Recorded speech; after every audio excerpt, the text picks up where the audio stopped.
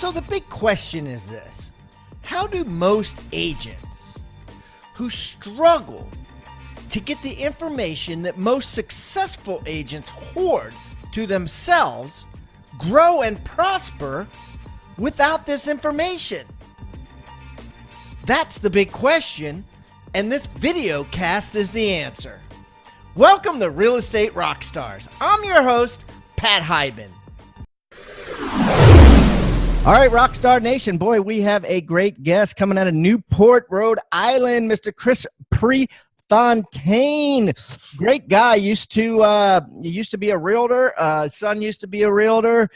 Used to coach real estate agents. Sold his company to Caldwell Banker and got involved in the investing business. And now he helps train people on train real estate agents, among others, on how to do deals outside of the box, and for buyers that can't qualify and for sellers that can't squeeze any equity out of their house. He's got a lot of great ideas that we're going to talk about here. So get your paper and pencils ready. This is going to be some good stuff. Chris, welcome to Real Estate Rockstars. Thanks for having me on, buddy. I appreciate it. Hey, Chris, why don't you give us a little rundown on yourself so we can get to know you a little bit better? Sure. So you did a good job there with the intro. I was a realtor, then a broker owner, and I'm going to go back to like 1995-ish. Ended up selling my company to Caldwell Banker in 2000. Remained on as an agent of theirs with a non-compete for several years. And while I was doing that, as you alluded to, I did some coaching. Not all glamorous, as you probably get from a lot of interviews. In the early 90s, we were building homes and got a expensive seminar and on doing subdivisions and taking a hit financially. In my book in 2008, the debacle just annihilated me. And so that's why we've recreated a lot of things. So I don't want to make it all rosy. Yeah, it never is, right? There's always a dark side to capitalism. And I think it's important to let people know, especially nowadays, that exists. So you crashed in 2008. Were you an investor then? Yeah. So I did the typical, hey, it's an ATM machine and it's never going to end, and we had 25 properties or so, all of them over leveraged by any standard today. Of course, we didn't know it then, right, when it crashed. And so we've literally re-engineered everything now. So when we buy property, it's never with our own credit or personal signature anymore, and it's never with cash. So we learned a lesson, but we've come out much better because of it. As usual, that's usually the case. So basically, right now, your game is real estate investing and teaching others to do the same, right? Like, how many houses do you have? How many houses are you buying? Give me a rundown there. Yeah, great question. So I operate a family company outside of the coaching. It's right here in Newport, Rhode Island.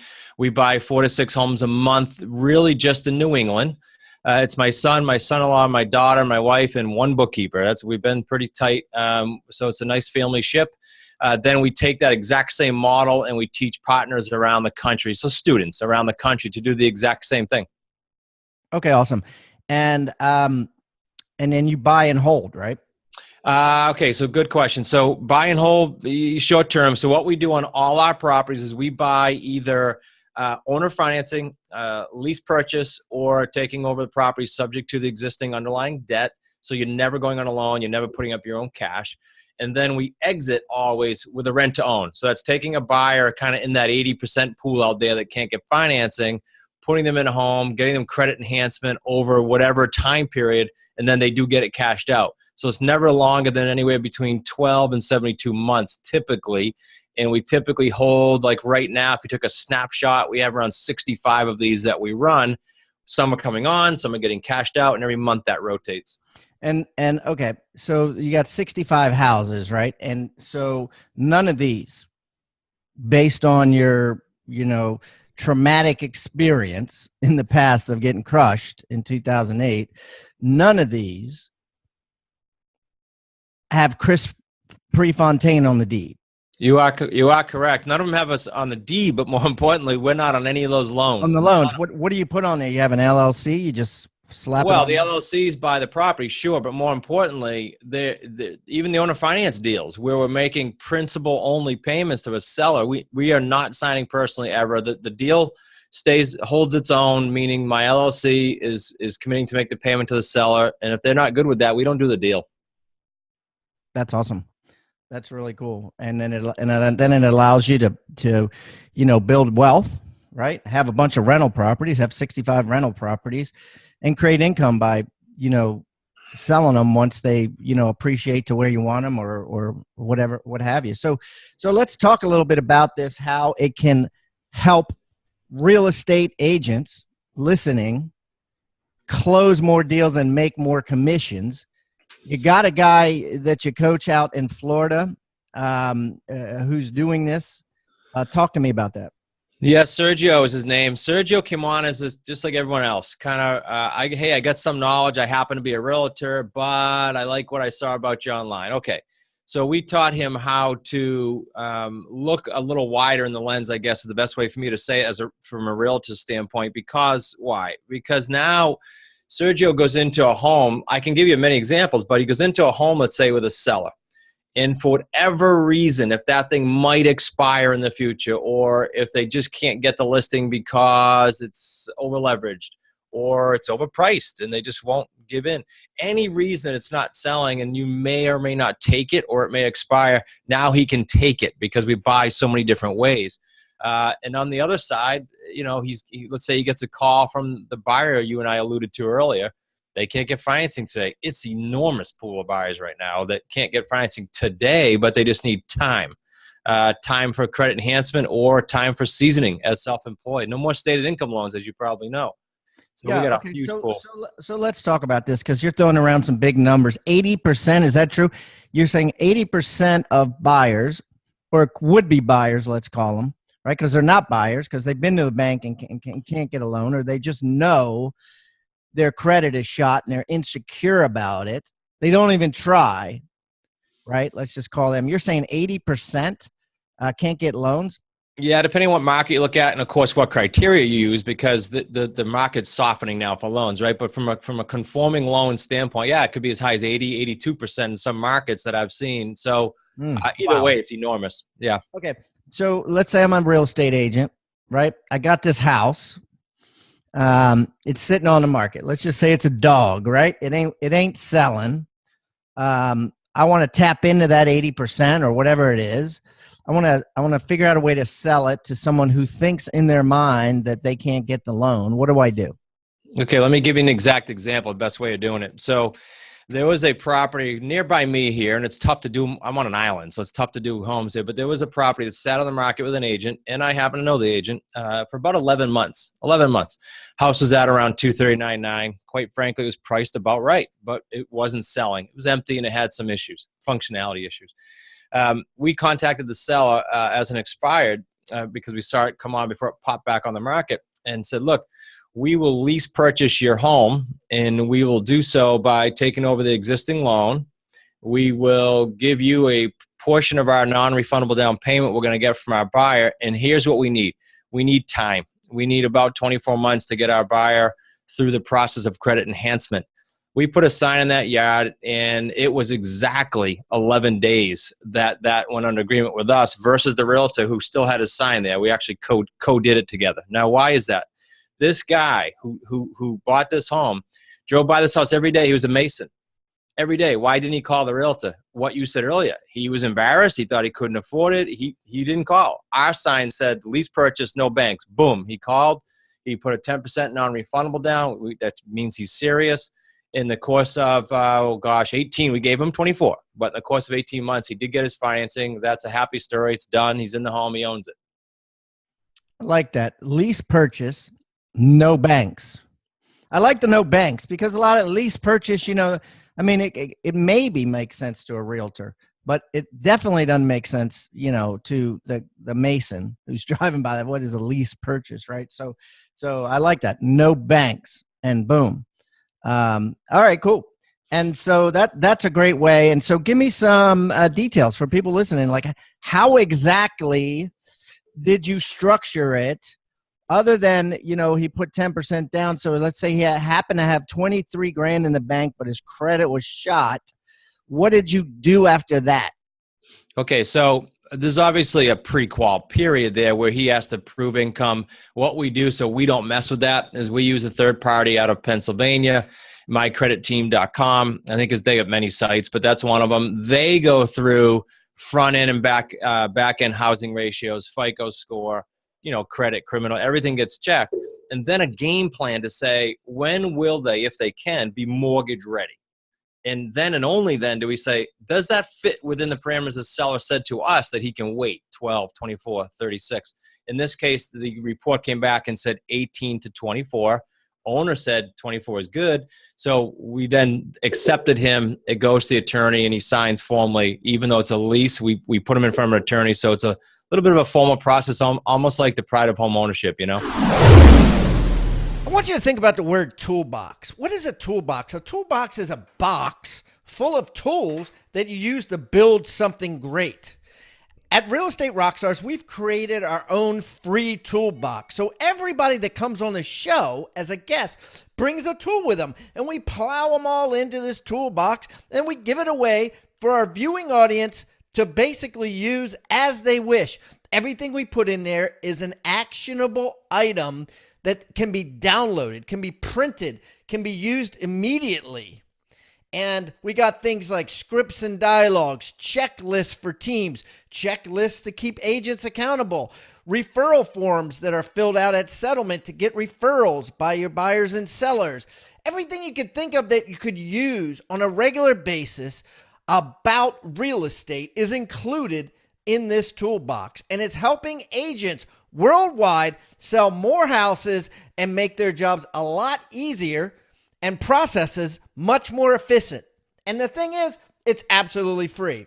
All you got to do is go to hibandigital.com/toolbox or text the word toolbox to 444-999. That's toolbox 444-999. Do it now. Yeah, that's awesome. And so he moves in and he's essentially renting it, right? Now, does part of his rent go to more down payment, or is he good with that?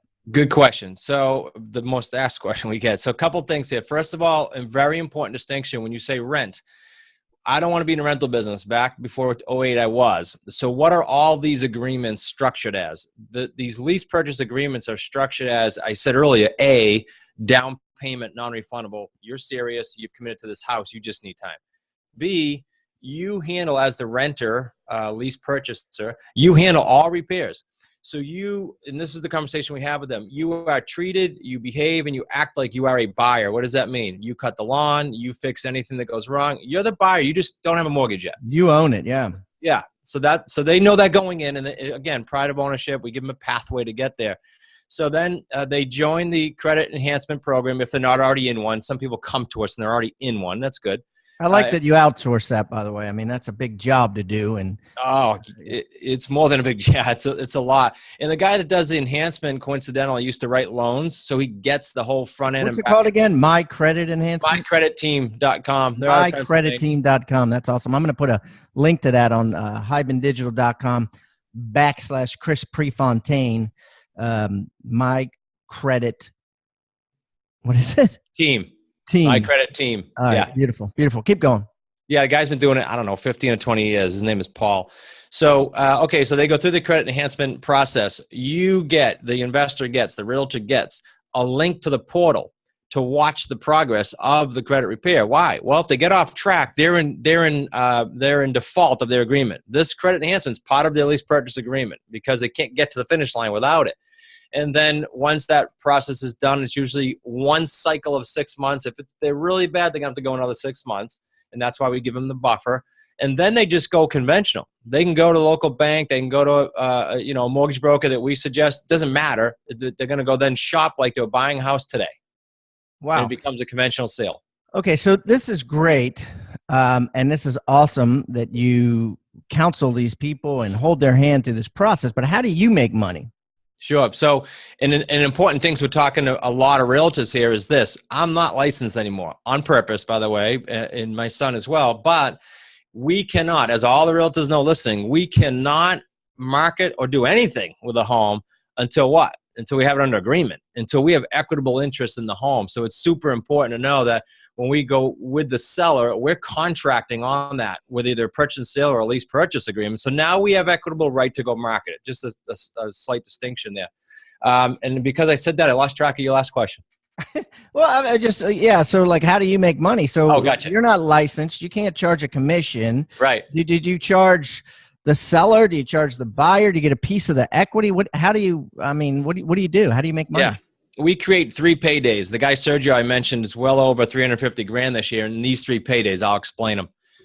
Payday one.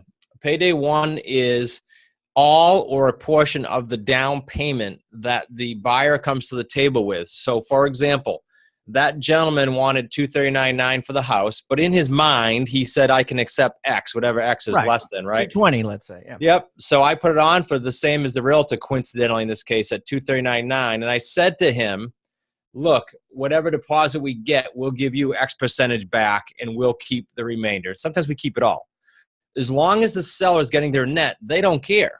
Therein lies why you can't be licensed. Right, because that's illegal. That's a net listing, essentially. But what? So how's Sergio do it? There's a couple of different ways of doing it. So let me continue the 3 paydays too. So yeah, go ahead, finish it off, and we'll. Payday one is the down payment. Now that can be up front, but it's also over time. So someone says to you, to the investor, hey, I've got 10,000, and in your mind, you're thinking, man, you know, that's not much of a commitment. We need at least 3 to 5%, but I can do tax returns the next few years. So they schedule that payday one sometimes several times. So that's payday one. Okay. Payday two is the monthly spread between what you've committed to or agreed to with the seller and what you're collecting from your tenant buyer. Usually our average is like $380. You're going to be somewhere between $200 and $1,000. Wait. Okay, so this is, I know it's not a rental, but let's say the monthly payment, right? You're saying usually it's a mortgage payment. Usually it's a mortgage payment of the sellers. Yeah. A portion of that mortgage payment you're getting.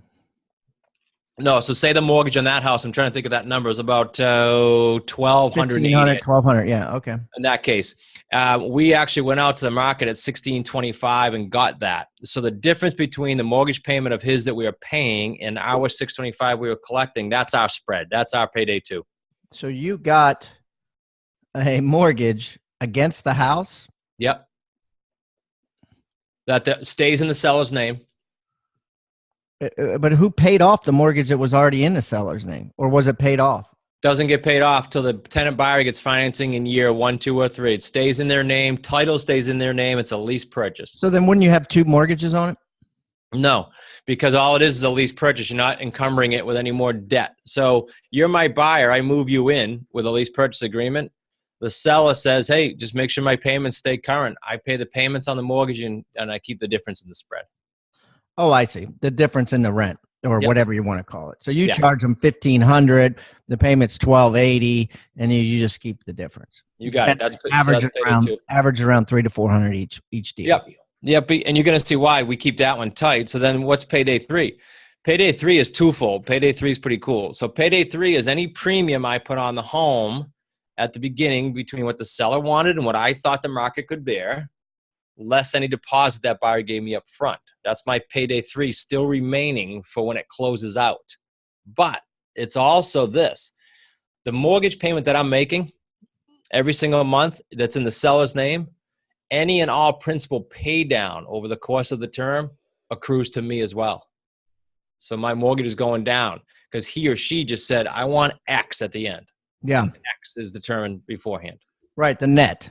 Yep. And so the principal pay down. So if it takes an extra year, you're compensated because the person in there's paying down the principal at the same time. And I guess you can't get too greedy on that spread at the very end. The what you sell it for, because at the end of the day, he's going to try to get a regular loan, and it's got to appraise. You got it, 100%. So you got to kind of look at every market's different. We have partners in about 18 states now, so you got to look at each state and say, okay, is this screaming hot? Is it going to, there is a bit of some calculation there that you want to make sure you're safe. I want you to think about the word toolbox. What is a toolbox? A toolbox is a box full of tools that you use to build something great. At Real Estate Rockstars, we've created our own free toolbox. So everybody that comes on the show as a guest brings a tool with them, and we plow them all into this toolbox, and we give it away for our viewing audience to basically use as they wish. Everything we put in there is an actionable item that can be downloaded, can be printed, can be used immediately.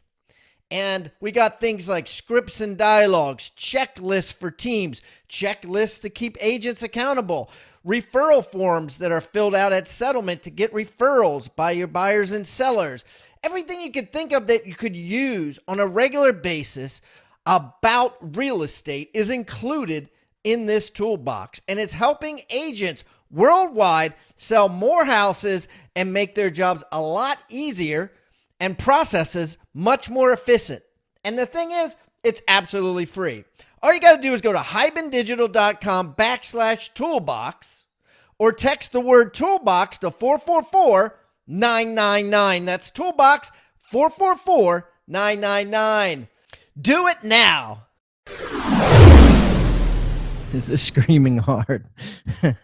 Okay, cool. So, all right, let's go on to the other side of it. So that's a way you can get a Mason with crappy credit to get into a house that deserves to be a homeowner, and for whatever reason just was insecure. Up to 80% of potential people out there that you might, as an agent, not even know about.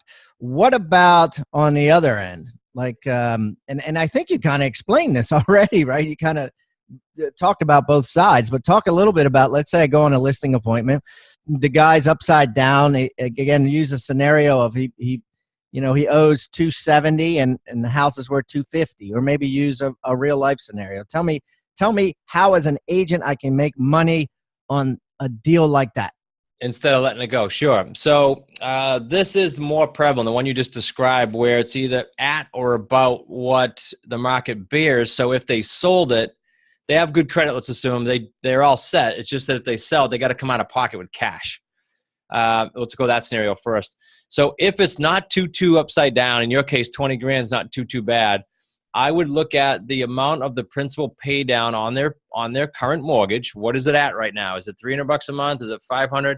I'd calculate how long that's going to take to be back to market value. Of course, at the same time, the market's presumably going up right now anyway.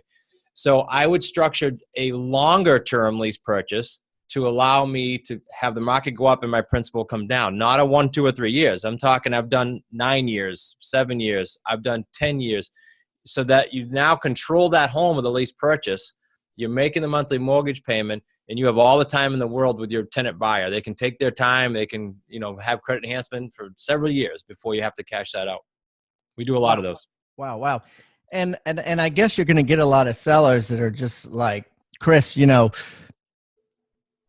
understand this. I'm just glad that you're taking this on, that you're control. The whole thing is you got to make them feel comfortable that you're going to be there, that you're going to deal with this through the bumps in the road, if there are any bumps in the road, because I imagine most sellers will be like, hey,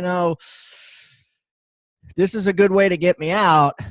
But what if he stops paying? He's already got bad. So yeah. How do you alleviate those fears? Yeah, because I'm big on. I told you right when we started. This isn't all fluff. It's not all easy, right? So yeah. So things they ask are things like, well, what if the house gets trashed? Well, you're describing. I talk to them like this. I say you're describing a tenant, not a tenant buyer, but I'm not going to tell you it never happens. It does. People have life events. People have death, divorce, etc. I have about 1 or 2 a year out of 50 of these things that go this way. And this way being, I got to go in there and I got to spend some money and fix it, and I got to replace the tenant buyer. I do not stop and call the owner and whine and complain because I've already committed to it if that's the arrangement I made. So again, about 1 or 2 a year out of 50, I get a headache. But I got enough spreads and enough payday ones where I buffered myself to go ahead and do that on that occasional so 1 or 2. You take that on. You don't ask the seller to fix it up. Like if the guy does, let's just say die, or I had a tenant recently go to jail, right? Like, right. And then we had to evict all the furniture. So, let's say that happens. You right. deal with that. Correct. Yeah. There's other arrangements, but yes, 99% of my deals, I do a strong lease purchase where they know they're getting X at the end or just a mortgage payoff in this case we're talking about. And yeah, I deal with the headache if it comes up. So that's why, back to the pre-screening that we talked about, it's super important that we pre-screen the daylights out of them to make sure they are a buyer. They're not just a glorified renter.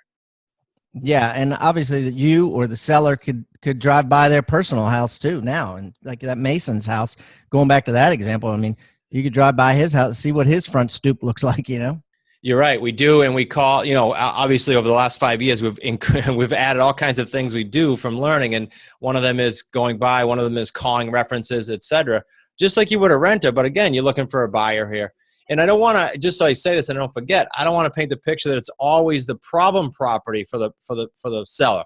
I have many. We just bought some beautiful properties that are debt-free, beautiful estates, where their accountant and their attorney said, look, you're going to get crushed in capital gains, or you know, some other circumstance surrounding them. So we'll do owner financing to the seller. We'll buy the property, owner financing, no money down, monthly principal payments, no interest.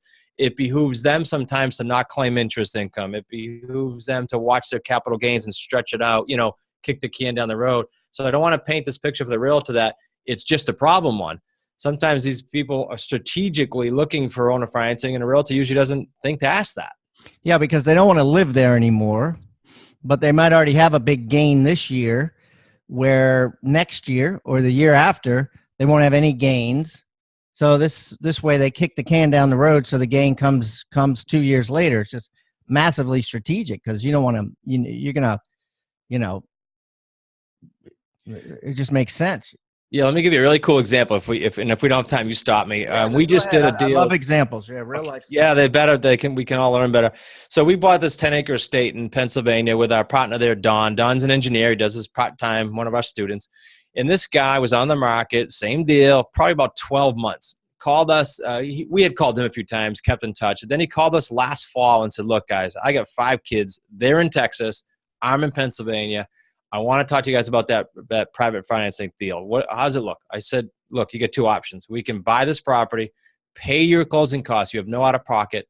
We'll pay your asking price the realtor didn't get you, and we'll make monthly principal payments to you for 4 years. And at the end of 4 years, we'll give you a balloon.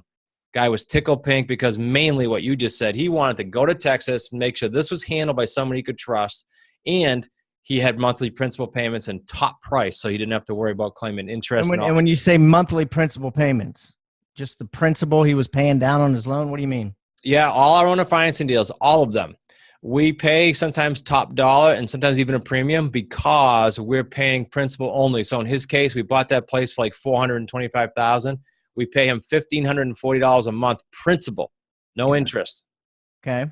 So we hedge ourselves against the market big time, because every month that's getting hammered down for 4 years. And he is happy because in the end, he got his price. He got top dollar, and he doesn't have to sit there and calculate interest income each month. And then you sold it to somebody else through lease financing. We actually didn't sell it. We did a lease purchase, rent to own. Right. For somewhere around, if that was like $489,900. Again, 10-acre estate, pristine shape. Yeah. And then our lease price on that is around $1,800, plus they pay their own taxes and everything, just like they owned it. So you're actually you're making money. You're making that spread again on the rent or whatever, and then principal pay down. That's huge. Right? Paying down the principal pay down, huge, over 4 years, right? That's another 50 grand or 60, 70, and right. then you sold it for more than you paid for it. Right. So it all paydays and big paydays. That's really neat. Well, I love people that think outside the box. I love ideas, and there's certainly people out there that have these issues. There's certainly many ways to skin a cat, and I appreciate you shedding light on so many. I'm going to put all of Chris's information, guys, on hibandigital.com/Chris Prefontaine, Fontaine. And what Chris is going to give us for our, on hibandigital.com, what Chris is going to give us for the toolbox, to put in our toolbox, is a PDF ebook. I'll let him explain it. Chris, why don't you talk about this ebook you're going to give our listeners for free? Sure. It's a good follow-up to what we just chatted about, coincidentally, because it's called Eat That Sandwich. And what it means is the sandwich leases, these lease purchases where you're in the middle. That's why it's called the sandwich. So you're going to lease purchase from an owner. You're going to sell it on a lease purchase as well, rent to own.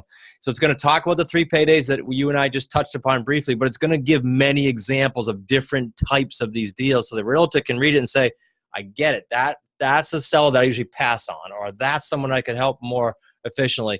And I know the light bulb will go off for them. It'll be a nice little resource for them. Yeah, I appreciate that. So I'll put that in Chris's show notes. I'm also going to put in the toolbox at highbanddigital.com/toolbox, or you could text toolbox to 444-999. Anyways, Chris, this has been awesome, buddy. If I'm ever in Newport, Rhode Island or vicinity, I'll look you up and we can break some bread. Yeah, especially if it's summer. Don't come in the winter.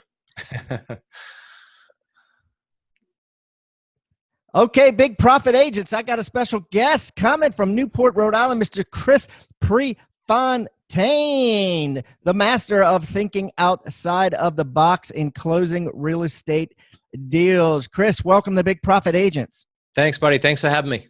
Hey, Chris, give us one idea that can drastically increase our profit as a real estate agent in the next 12 months.